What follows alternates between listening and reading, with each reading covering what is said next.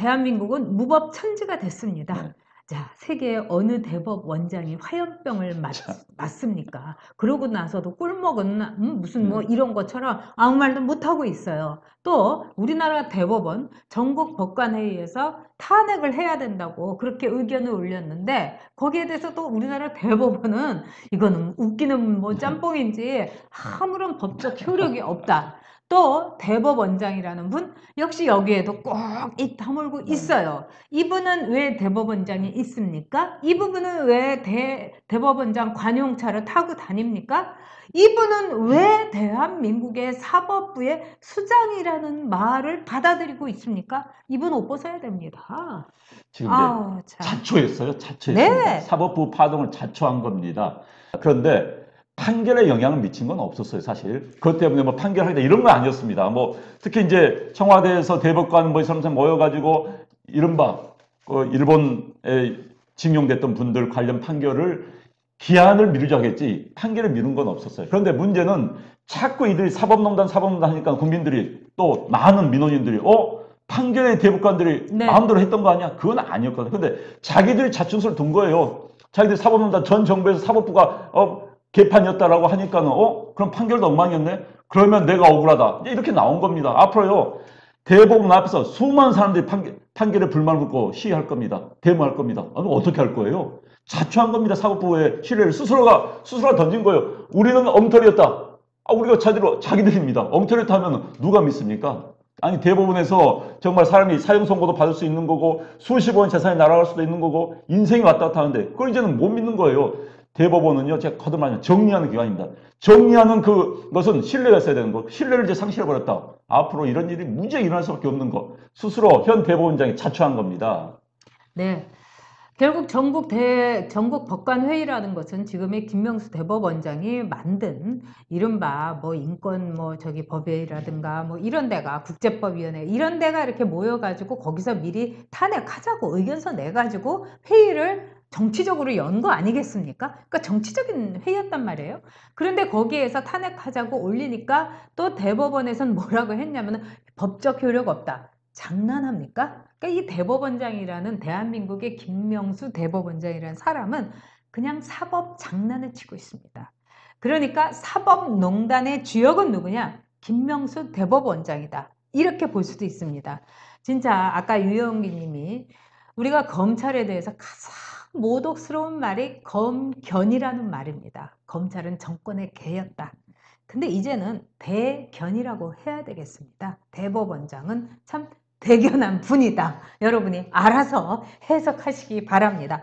더구나 기가 막힌 것은 전국 법관회의의 이 모든 것은 한마디로 정치적인 시위였다는 겁니다. 끼리끼리 단합해갖고 말하자면은 김명수 대법원장은 애들 앞에다가 이렇게 세워놓고 뒤에 이렇게 숨어가지고 나는 몰라요 하면서 노래 부르고 앉아 있는 겁니다. 그러다가 화염병을 맞았습니다.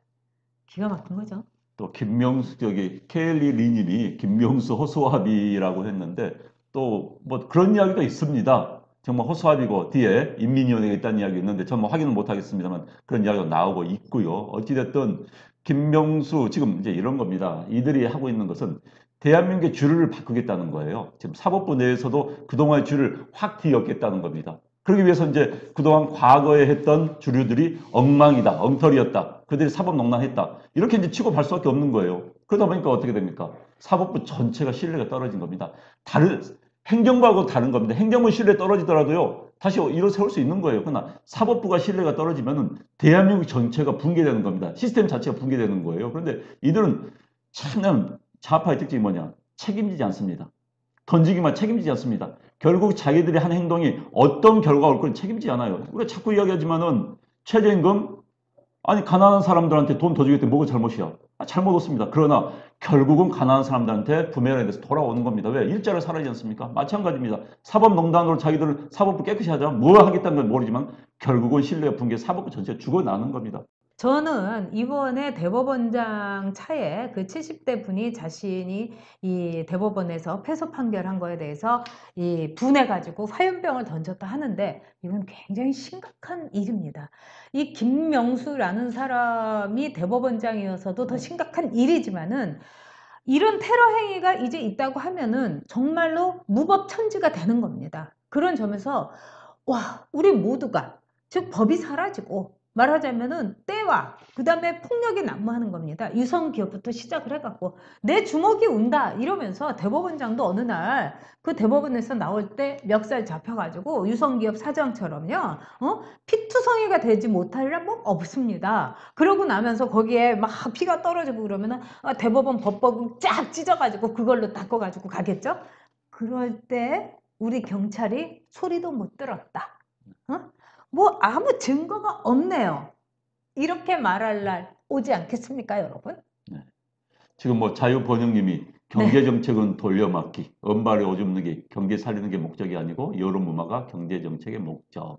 이제 요즘 맞습니다. 다시 경포대 이야기 다시 나오고 네, 있죠. 네, 경포대 맞습니다. 아시죠? 경제를 포기한 대통령. 네. 지금 아까 카드 수수료 말씀하셨는데 카드 수수료를요 인하하면은 자영업자 당장 좋습니다. 그러나 방금 소비가 일축이 되고 또 카드에 방금 말씀하신 포인트 이것에 목매달고 또 그것에 막 연연하신 분들이 서민들이에요, 사실은. 저도 그래요. 그러니까 서민들이 그럼 네. 서민들이 카드 때문에 돈 많이 법니다. 카드에서 그걸로 이제 마케팅을 하는 거지만 그 서민들이 또 돈 게 사라지는 겁니다. 기업은요 손해 안 봐요. 안 벌려고 합니다. 그러니까 자유 경제, 자유 시장 경제 시스템에서 뭐 하기 위해서 기업에서 뭐 이렇게 나눠주고 나눠주고 돌려막기 하는 건 이제 시장 경제가 아닌 것이죠. 대한민국은 참 기업하기 힘든 나라입니다. 이래저래 민노총한테 두들겨 맞지. 기업한테 너 이 돈 많이 번다고 말씀 지난번에 무슨 공유경제니 뭐 한다. 참 힘든 나라입니다. 정말. 네, 지금 뭐 홍콩 같은 데라든가 영국 또 미국의 몇몇 주에서는 아직도요 그 판사들이요 법관들이 이렇게 가발 쓰고 있어요. 그래서 저거 무슨 웃기는 거 아니냐 그래서 가발을 벗자 뭐 이런 얘기도 있었지만은 왜 판사들은 높은 데 있으며 왜 판사들은 다 이렇게 무슨 뭐 루이 무슨 14세 시절에 가발을 쓰고 있는가? 그것은 하나의 서구 사회에서 사법권에 대한 존중 또 높은 곳에서 판결한다는 인간의 어떤 이 평등함을 그 넘어서는 그 자리라는 겁니다. 근데요, 지금 대법관 관용차에다가 화염병을 던졌다. 이거는 대법관이 그동안 어떤 일을 했는가를 보세요. 네? 대법원장이 쑤셔가지고 자기 아이들 쑤셔가지고 전국 법관회의 만들어가지고 탄핵 올리고 그러니까 민주당에서는 13명 또 탄핵 판사 대법원에 있던 대법관까지 쫙 올리고 그러니까 아 쟤네도 민노총 같은 애들인가 봐. 이렇게 그 70대 분이 생각할 수도 있는 거예요. 너나 나나 똑같지 뭐. 대법원장 너 하는 거 보니까 말도 잘 안 하고 맨날 숨고 그러니까 너 같은 애가 제대로 역할 못하니까 내가 패소 판결 받은 거야. 정의가 어디 있어? 니들이 무슨 정의야? 이러면서 화염병 던져버린 겁니다. 이게 시작입니다, 여러분. 이게 시작이에요. 자, 지금요. 네. 서민들이 가장 힘들지 않습니까? 지금 이제 이 나라에 대해서 이제 경제로 따진다면 상류층은 상류층 불만 엄청나게 많아요. 중산층 세금 때문에 뭐 의료보험비 오르고 말입니다. 그래서 힘들고 이제 서민 힘들어요. 지금 모두가 힘든 세상, 네. 또 모두 전쟁터를 만들어 버린 겁니다. 자, 카드 수수 내리니까 이제 카드에서 노조가 들고 일어났습니까? 일어났습니다. 또 이 사람들이 민노총 소득들이 많아요. 이 사람들 먹고 살만 왜? 금융사들은 월급 세지 않습니까? 카드사도 금융사이기 때문에. 또 이 사람들이 들고 일어나요. 그게 또 서민 대 서민, 또 전쟁이 됐습니다. 전쟁터를 자꾸 만드는 거예요. 이 나라에서. 아니, 이렇게 돌려막기 해봤자 피차 서민들을 피해보는 겁니다. 그런데 왜 전쟁터를 만드는 건지, 대한민국을. 왜 싸움터를 만드는 건지. 전 도무지 이해가 되지 않습니다. 정말. 네, 이한숙님처럼 지금은 문화 대혁명 시대다. 저도 그렇게 생각합니다. 그때 하방한 것처럼 MBC에서는 기자들 저기 다 뭐 지방으로 내려보내고 막 외곽으로 보내고요. 또 뿐만 아니라 그 당시에 지식인이란 사람들은 모조리 적폐라고 해갖고 청산해 버렸습니다. 지금 그렇지 않습니까? 이 나라에 지식이 어디 있습니까? 이 나라의 지식인이 여러분 어디 있습니까? 언론이라는 것은 홍위병이 돼버렸고요. 지금 홍패 흔들듯이 그들이 뭘 흔들고 있는지 여러분 눈으로 그려보시기 바랍니다.